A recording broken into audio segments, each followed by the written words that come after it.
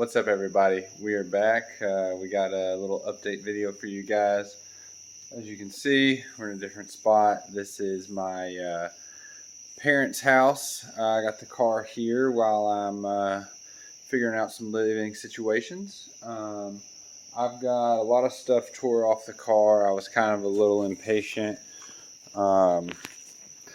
waiting to tear it apart. So I've been pretty busy.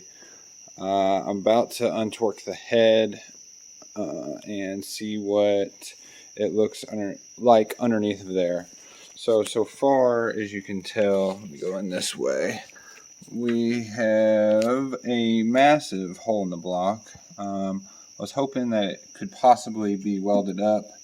Not really looking like it. If you look about right here to here, the sleeve is broken and the rod can go pretty much 90 degrees to the piston. So the skirt of the piston's all broken out. It's cracked. The block's cracked all the way up to here, which is halfway up the cooling jacket. There was a lot of water in the oil when I drained it, and there was a lot of water in the intake manifold when I pulled it off. So I'm kind of wondering if maybe the head gasket blew or something of that nature. I'm not really sure. I guess we'll find out a little bit more whenever we pull the cylinder head off and take a look underneath.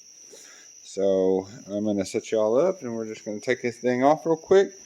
The catch pan, had about a quart or two of oil in it, and was not even really dripping on the ground.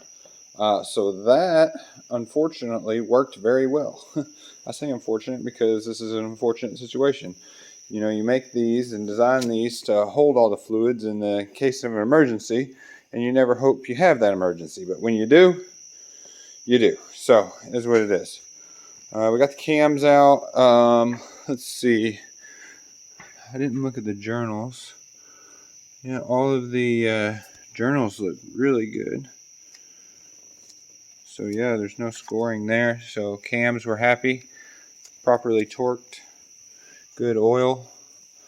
The rocker pads aren't super worn. H22 guys know about worn rocker pads if you don't have the correct oil. These are looking pretty much awesome shape. If you do look,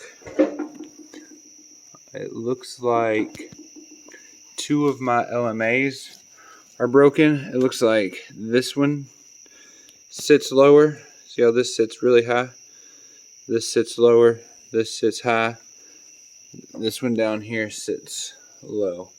So it looks like this lost motion assembly is broken, and it looks like this lost motion assembly is broken, which is that feller. Whoop. Hold on. That feller right there rides underneath of the center lobe. So those two appear to be broken. I've replaced a couple of these already in this cylinder head. So while we got this out, we're gonna probably put all fresh ones in there. But for now, we're gonna take this. I went ahead and cut my timing belt because it was covered in oil, and I'm not gonna use the timing belt that was covered in oil.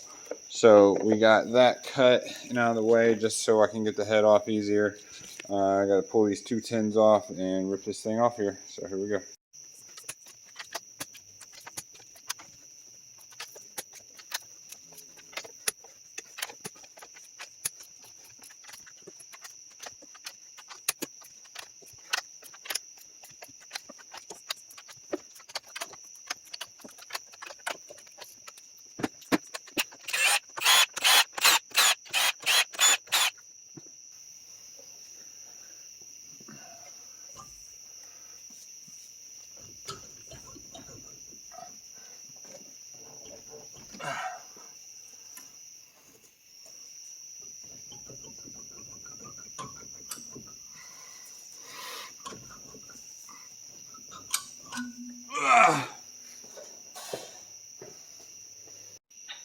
Alright guys, we got the head off this piston. If I shine a light through here, hold on, you can see a hole in the bottom of the sleeve.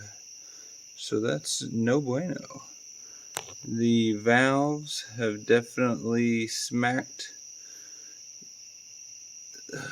the top of that piston a couple of times.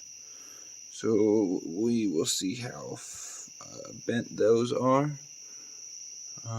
She's in there pretty jammed. You can see the piston ring down there. This guy's got a lot of rust in the cylinder in number 1, which is kind of concerning. I don't know why it would have that much rust in the cylinder. Maybe that cylinder was running lean. Heck, I don't know. This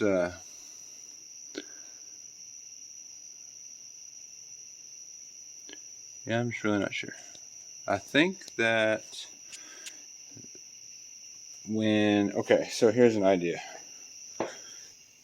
When this sleeve broke right here, coolant got into the cylinder, went up into the intake manifold, and into the other cylinders, and that's what let them rust.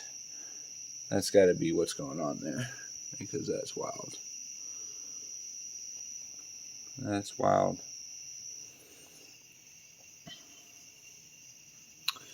This block served me well, and it did not lift the head either. That head gasket looked fine.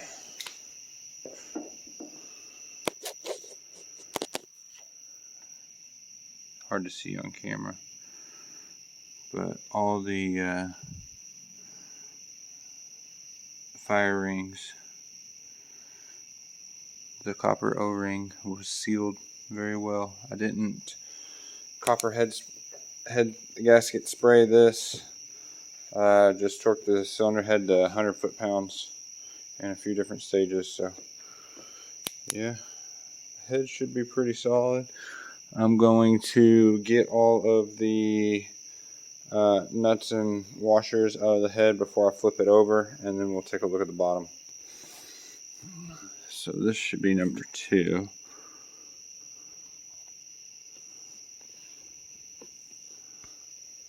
I mean, the intake valves don't look super bent, but I'm not really sure how I can tell. Oh yeah. Oh yeah, see all the extra oil and froth in this cylinder? Yeah, it definitely spit it back up into the intake manifold. That's how it got into the other cylinders. That's definitely what happened.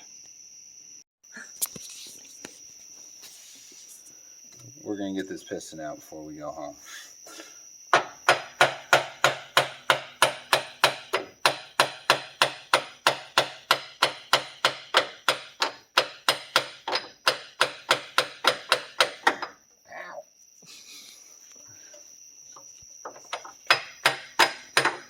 Uh-oh.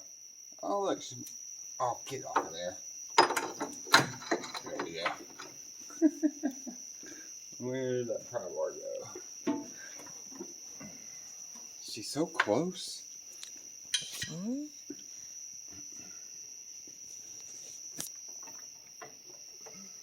Alright. Now if this works.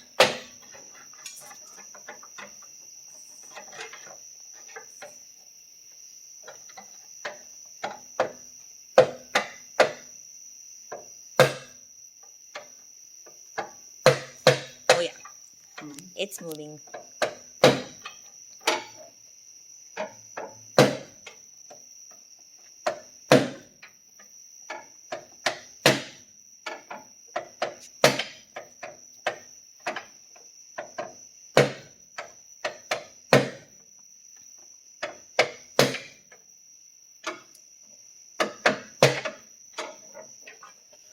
Ooh, she's pretty much out of there.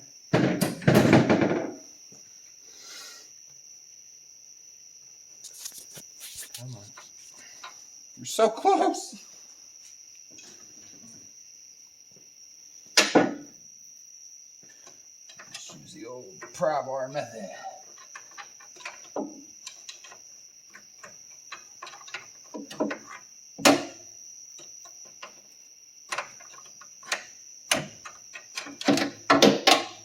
Come on.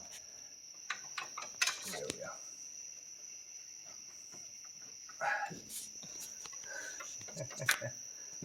Oh, she's a little sideways. Hold on. You gotta feed it down for it to go up. The logic. Oh, baby. She's a bent boy. Oh, no. Oh, that looks way worse. That's the backside, too. Oh.